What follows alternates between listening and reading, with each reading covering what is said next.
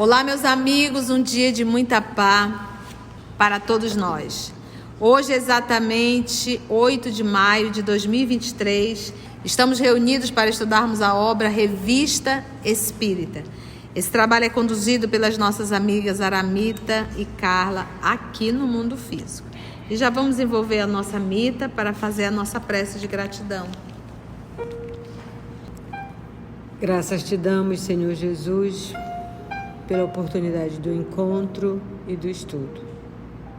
Ajuda-nos a compreendermos estas lições, a honrarmos o trabalho de Allan Kardec, através do nosso empenho, da nossa dedicação a essas obras maravilhosas.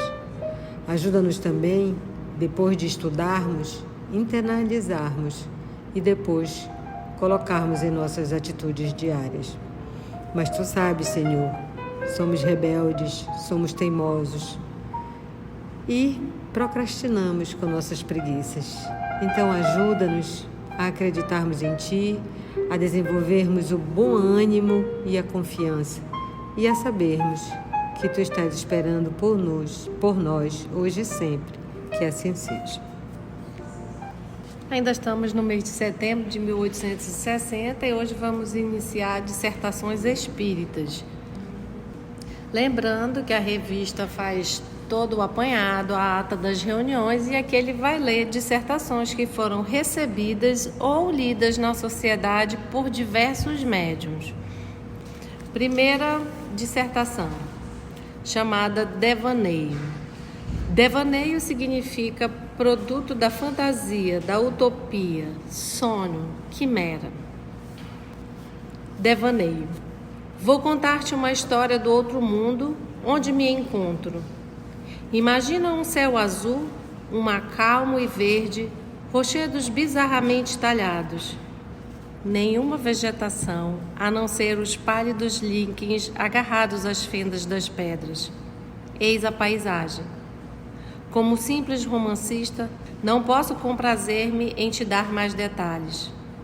Para povoar este mar, estes rochedos, só se achava um poeta, sentado, sonhando, refletindo em sua alma, como num espelho, a suave beleza da natureza, que não falava menos ao coração do que aos olhos.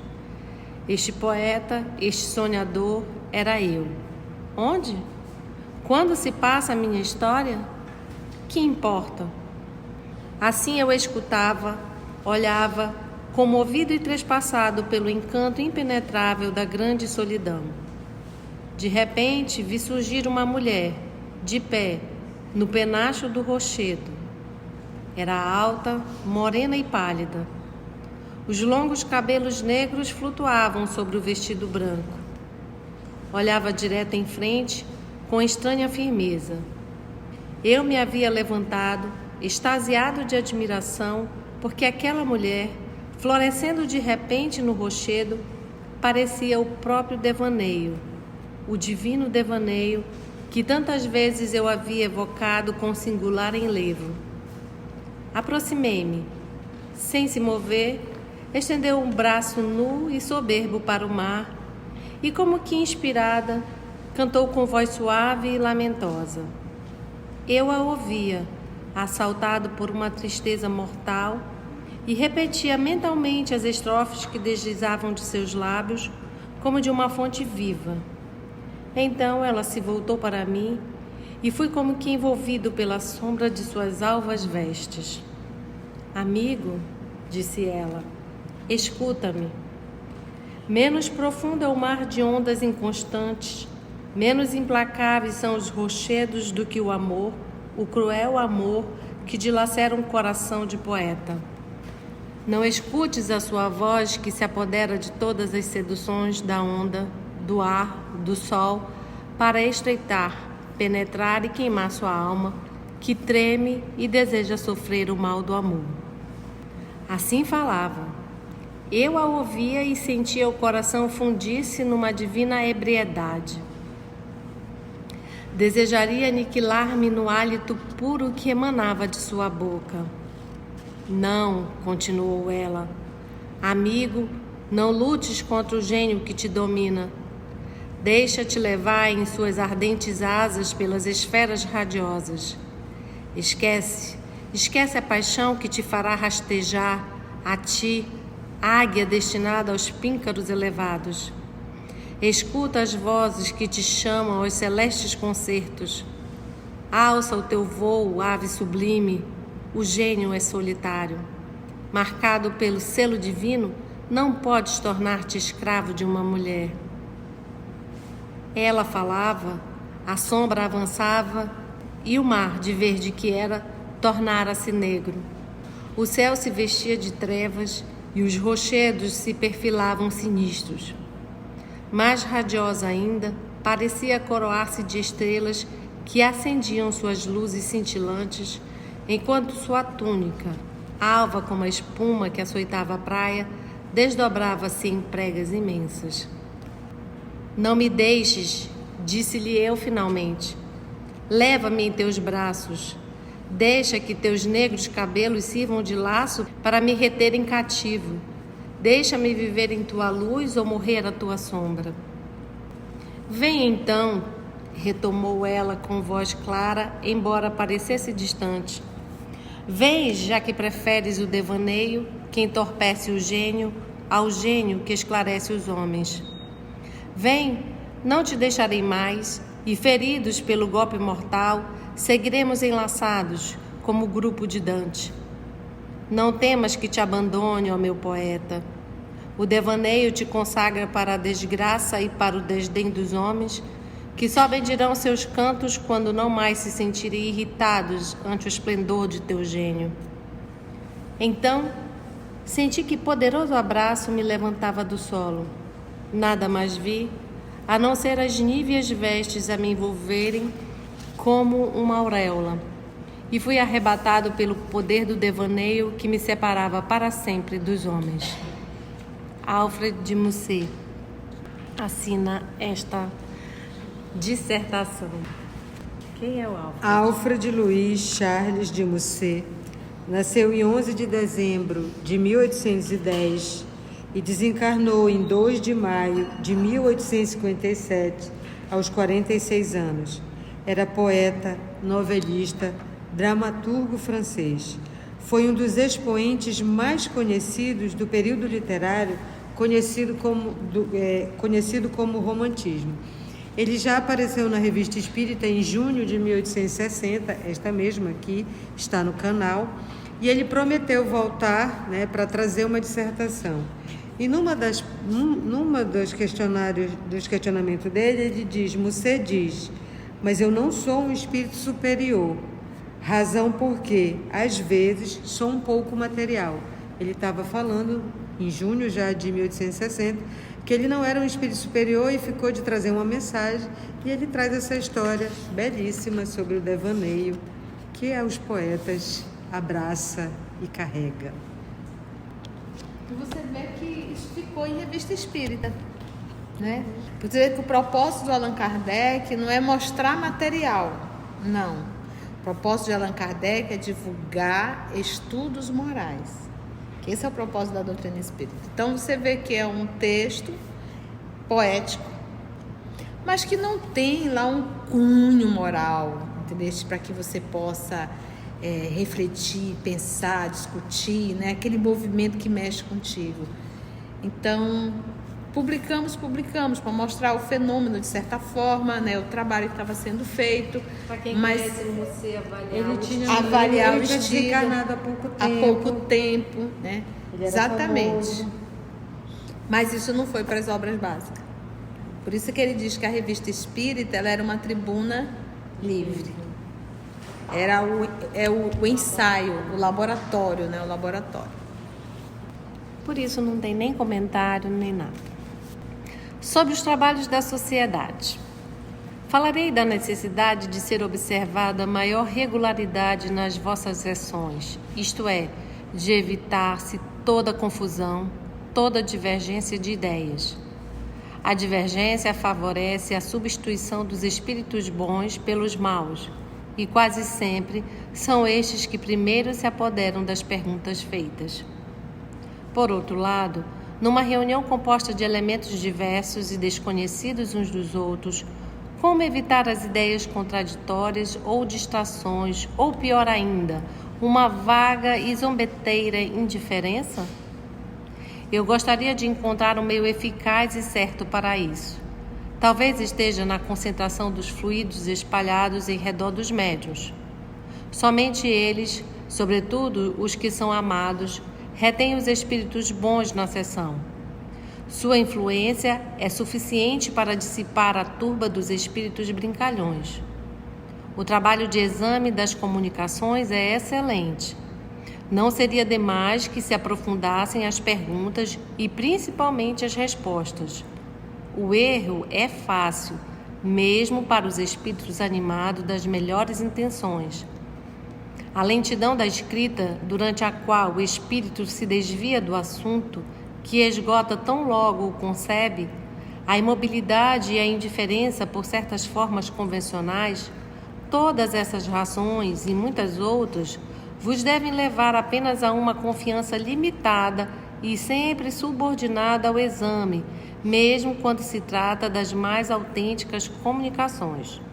Dito isto, que Deus tome sob a sua santa guarda todos os verdadeiros espíritas. Georges, um espírito familiar. Sobre os trabalhos na sociedade. Gente, essa é uma reunião que tem Allan Kardec, Hernance Dufour, um monte de gente bacana, e ele diz... É presidida por São Luís. E o George vem e diz: falarei da necessidade de ser observada maior regularidade das vossas sessões. Vou fazer um link com a obra Os Mensageiros, onde uma das desencarnadas, que estava em palestra com André Luiz, ganhou um prêmio por assiduidade. Então ele está dizendo assim, regularidade nas sessões é assim, e ele vai dizendo daqui para baixo, ele vai dissertando o que favorece o grupo, a presença, a união, que é o seguinte: vai um dia, falta 2, faz um 3, vai um mês, vai outro, tudo no mundo vai nos chamar para outras coisas. O mundo chama, como disse Jesus, a cada dia basta o seu mal, e se a gente não se determinar, né, sempre vai aparecer outras coisas. Isso servia em 1860 e serve ainda em 2023. Bateu, doeu, pega que é teu. E aqui é interessante também, quando ele diz: falarei da necessidade de ser observada a maior regularidade nas vossas sessões, isto é, de evitar-se toda confusão, toda divergência de ideias. Porque quando você começa num grupo e que faz um estudo, lê um texto, vamos supor, e ali começa uma discussão.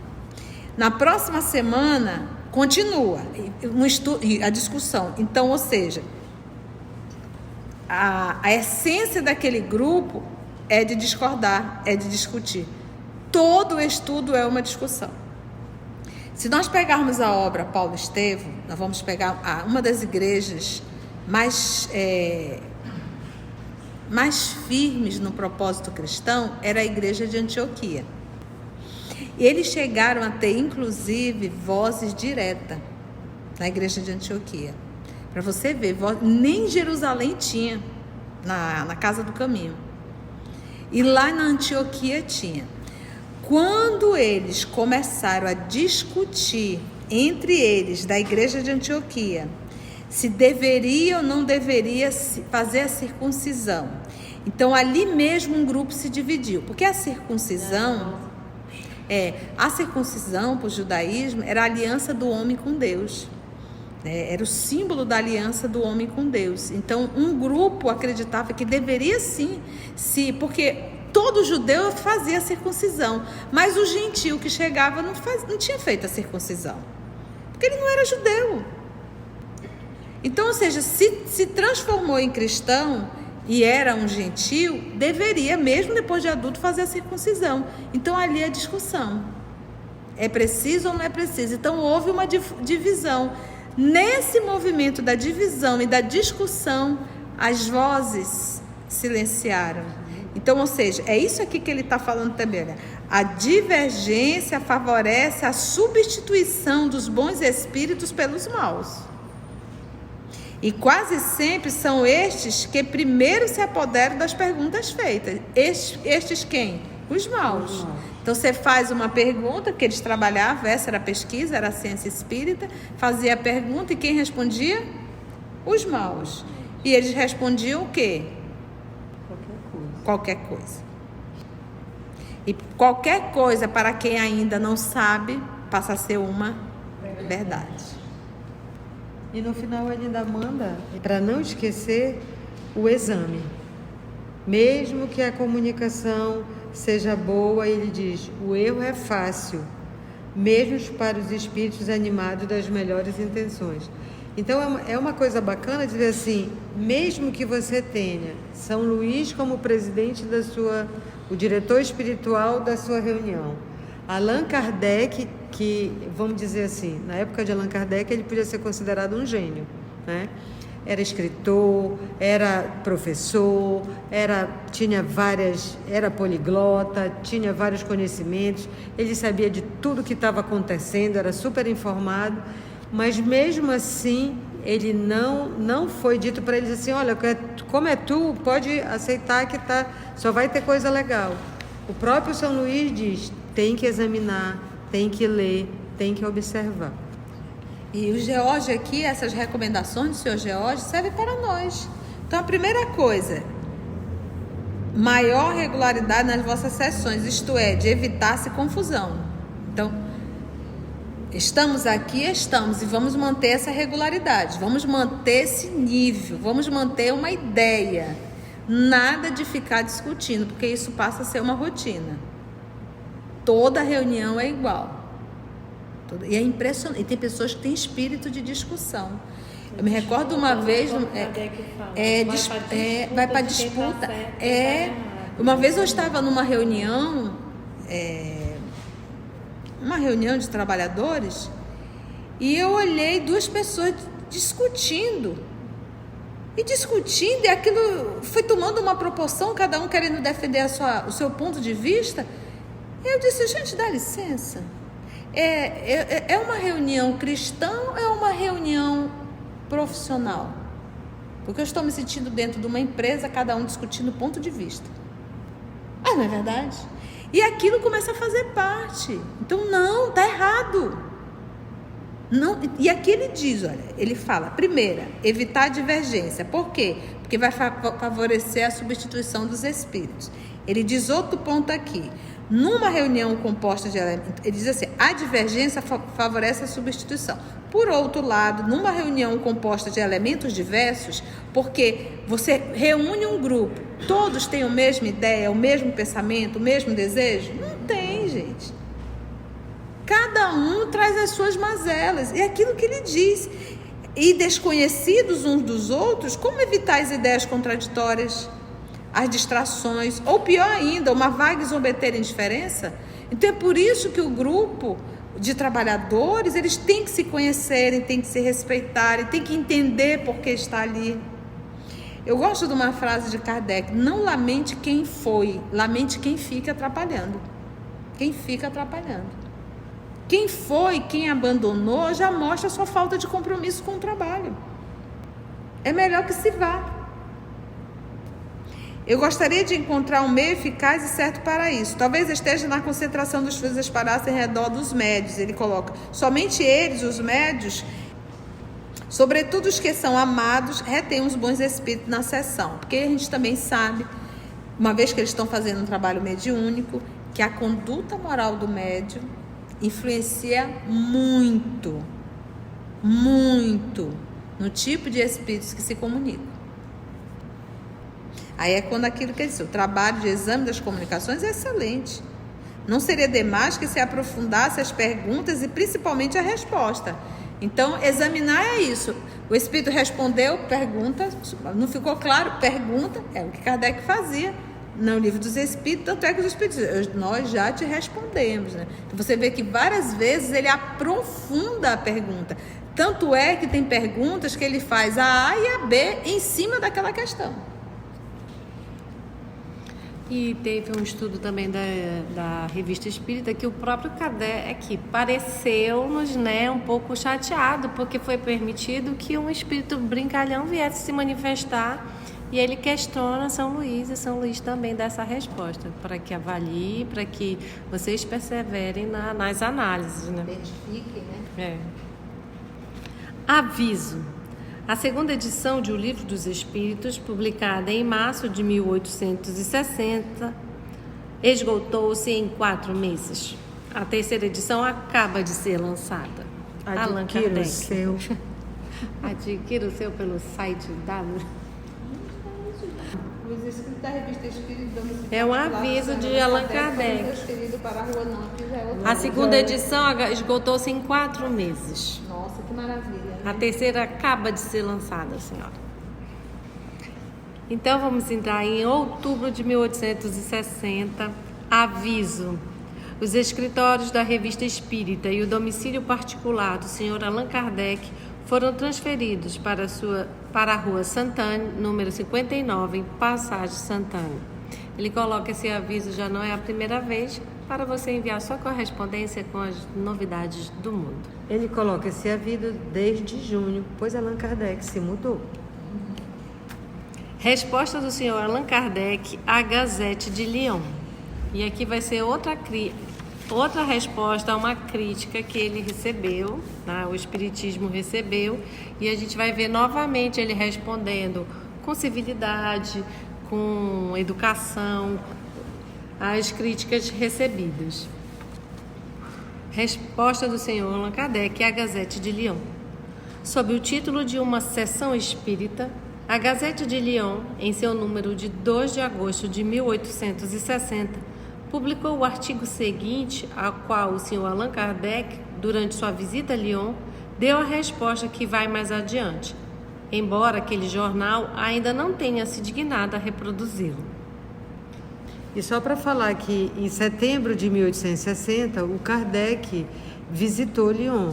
Ele fez a viagem em vários centros e terminou na cidade de Lyon.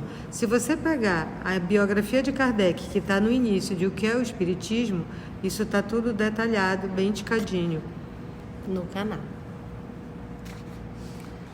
Então eu vou ler o que está escrito na Gazette.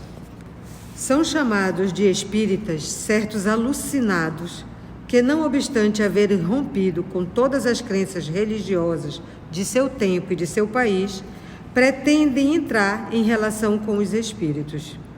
Concebido das mesas girantes, o espiritismo não passa de uma das 1000 formas desse estado patológico em que pode cair o cérebro humano quando se deixa levar por essas 1001 aberrações de que a antiguidade, a Idade Média e os tempos atuais não deixaram de dar muitos exemplos. Condenadas prudentemente pela Igreja Católica, todas essas pesquisas misteriosas que escapam ao domínio dos fatos positivos não têm outro resultado senão produzir loucura nos que delas se ocupam. Supondo que este estado de loucura já não tenha passado ao estado crônico no cérebro dos adeptos, o que está longe de ser demonstrado. Os espíritas têm um jornal em Paris e basta ler algumas passagens para nos certificarmos de que em nada exageramos.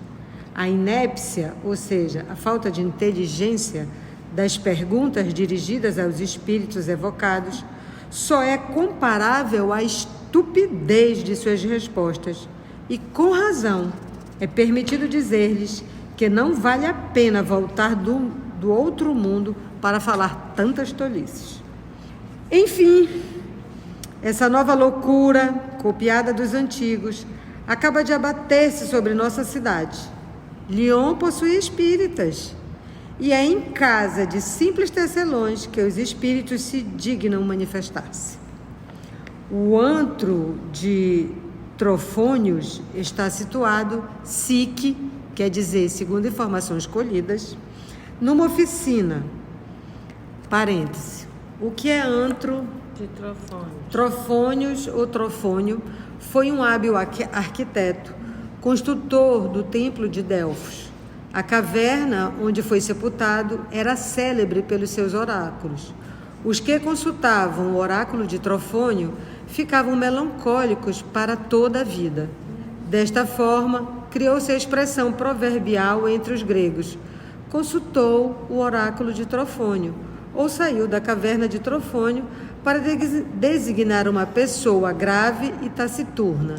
Diz a lenda que da caverna de Trofônio as pessoas saíam desfiguradas após consultar a Pítia, ou seja, a sacerdotisa que interpretava os oráculos, ou seja, ficava louco, como ele está dizendo aqui. Então ele está dizendo o antro, né, de Trofônio. Está chamando todos os espíritas de doido. Antro é local asqueroso, propenso à corrupção e à degeneração moral. Então, o antro de Trofônio... Pois é, o antro da loucura está situado, que é segundo informações colhidas, numa oficina. O sumo sacerdote do lugar é um tecelão de seda e sua esposa é a Sibila, ou seja, profetisa, bruxa, feiticeira. A médium, né? É a médium, mas ele fala de Sibila. Os adeptos são, em geral, operários, pois ali não são recebidos facilmente os que, pelo seu exterior, possam denunciar muita inteligência.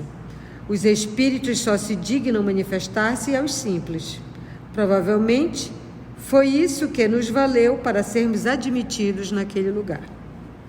Convidado a assistir uma das reuniões hebdomadárias, ou seja, semanais, dos espíritas lioneses, entramos numa oficina onde se achavam 4 teares, um dos quais parado. Ali, entre as 4 forcas dessas máquinas, a Sibila sentou-se à frente de uma mesa quadrada, sobre a qual havia um caderno e ao lado uma pena de ganso. Notai bem que dissemos uma pena de ganso e não uma pena metálica, pois os espíritos têm horror aos metais. 20 a 25 pessoas de ambos os sexos, inclusive este vosso servo, formavam um círculo em torno da mesa. Depois de um pequeno speech, discurso, fala introdutória do sumo sacerdote sobre a natureza dos espíritos, tudo num estilo que deveria encantar os espíritos devido à sua simplicidade, começaram as perguntas. Aproxima-se um rapaz e pergunta a Sibila por que, 8 dias antes dos combates, fosse na Crimeia ou na Itália, ele sempre se via chamado a outro lugar. A inspirada é o nome que lhe dão, tomando a pena de ganso, a movimenta sobre o papel, no qual traça sinais cabalísticos e depois pronuncia esta fórmula: Meu Deus, fazei-me a graça de nos esclarecer neste assunto. A seguir, acrescenta: Leio a seguinte resposta: é que estás destinado a viver para instruir e esclarecer vossos irmãos. Evidentemente, é um adepto influente que querem conquistar para a causa. Além disso, foi soldado e talvez um ex-zuavo, ou seja, soldado de infantaria. Não vamos criar caso, prossigamos. Um outro jovem aproxima-se, por sua vez, e pergunta se o espírito do pai o acompanhou e protegeu nos combates. Resposta: sim. Abordamos o jovem à parte e lhe perguntamos desde quando seu pai estava morto. Respondeu ele: Meu pai não está morto. A seguir, apresenta-se um velho e pergunta. Notai bem a sutileza da pergunta, imitada de Tarquínio, o Antigo. Se o que ele pensa foi o motivo pelo qual seu pai lhe deu o nome de João. Lúcio Tarquínio Priscus, ou Tarquínio o Antigo, foi o rei de Roma, segundo a cronologia de Tito Livio. Foi o primeiro rei etrusco. Foram 3 reis Tarquínios: o Prisco, o Sérvio Túlio e Tarquínio o Soberbo. Então, ele, imitando o Tarquínio, perguntou se o que ele pensava foi o motivo de o pai ter lhe dado para ele o nome de João. Resposta: sim. Um velho soldado do primeiro império pergunta em seguida se os espíritos dos soldados do velho império não acompanharam os jovens soldados à Crimeia e à Itália. Resposta: sim. A seguir, uma pergunta supersticiosa é feita por uma senhora: por que sexta-feira é um dia de mau agouro? A resposta não se fez esperar e, por certo, merece se tome cuidado por causa de várias obscuridades históricas que ela deixa de lado. Respondeu a inspirada: É porque Moisés, Salomão e Jesus Cristo morreram nesse dia. Pacabá. Um jovem operário, lionês, a julgar por seu sotaque, deseja ser esclarecido sobre um fato maravilhoso. Diz ele: Certa noite, minha mãe sentiu um rosto que tocava o seu. Desperta a mim e a meu pai. Procuramos por toda parte e nada encontramos. De repente, porém, um de nossos teares se põe a bater. Ao nos aproximarmos, ele para. Um outro também se põe a bater, na extremidade da oficina. Estávamos apavorados e tudo ficou pior quando vimos todos trabalhando ao mesmo tempo, sem que percebêssemos de ninguém. Respondeu a Sibila: É o vosso avô que vem pedir preces. Ao que o rapaz respondeu, com um ar que lhe devia garantir fácil acesso ao santuário: É isso mesmo, pobre velho. Tinham-lhe prometido missas que não foram celebradas. Outro operário pergunta por que, diversas vezes, o fiel de sua balança se movia sozinho. Responde a inspirada: É um espírito batedor que produziu o fenômeno. Responde o operário: Muito bem, fiz cessar o prodígio, pondo um pedaço de chumbo no prato mais leve. Continuou a adivinha: É muito simples. Os espíritos têm horror ao chumbo devido à miragem. Miragem é uma ilusão, é um efeito óptico, tá? Todos querem saber o significado da palavra miragem. Aí se detém o poder da Sibila. Deus não quer explicar isto, nem mesmo a mim. Disse ela. Não posso. Era uma razão considerável, ante a qual todos se inclinaram. Então, o sumo sacerdote, prevendo objeções interiores, tomou a palavra e disse: Sobre esta questão, senhores, devemos abster-nos, porque seríamos arrastados a outras perguntas científicas que não podemos resolver. Neste momento, as perguntas se multiplicavam e se cruzavam. Se os sinais que nos aparecem no céu desde algum tempo, os cometas, são os de que fala o Apocalipse? Resposta da Sibila: Sim, e em 140 anos o mundo não mais existirá. Por que Jesus Cristo disse que sempre haveria pobres? Resposta: Jesus Cristo quis falar dos pobres de espírito. Para estes, Deus acaba de preparar um globo especial. Gente, só para continuar, isso está no jornal, ele colocou tudo isso no jornal. Não realçaremos toda a importância de semelhante resposta. Quem não compreende quão felizes serão os nossos descendentes quando não mais tiverem de temer o contato com os pobres de espírito? Quanto aos outros, a resposta da Sibila felizmente deixa supor que seu reinado terminou. Boa notícia para os economistas, a quem o problema do pauperismo impede de dormir.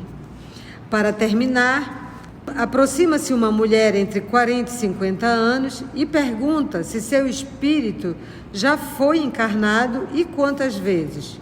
Como eu, ficarias muito embaraçado para responder, mas os espíritos têm resposta para tudo. Responde a pena de ganso. Sim, foi 3 vezes. A primeira, como filha natural de uma respeitável princesa russa. Esse respeitável, próximo da palavra precedente, me intriga. E a segunda, como filha legítima de um trapeiro da Boêmia. E a terceira, ela o sabe. Trapeiro é um indivíduo que cata trapos, negociante de trapos, ou seja, de princesa a filha de trapeiro.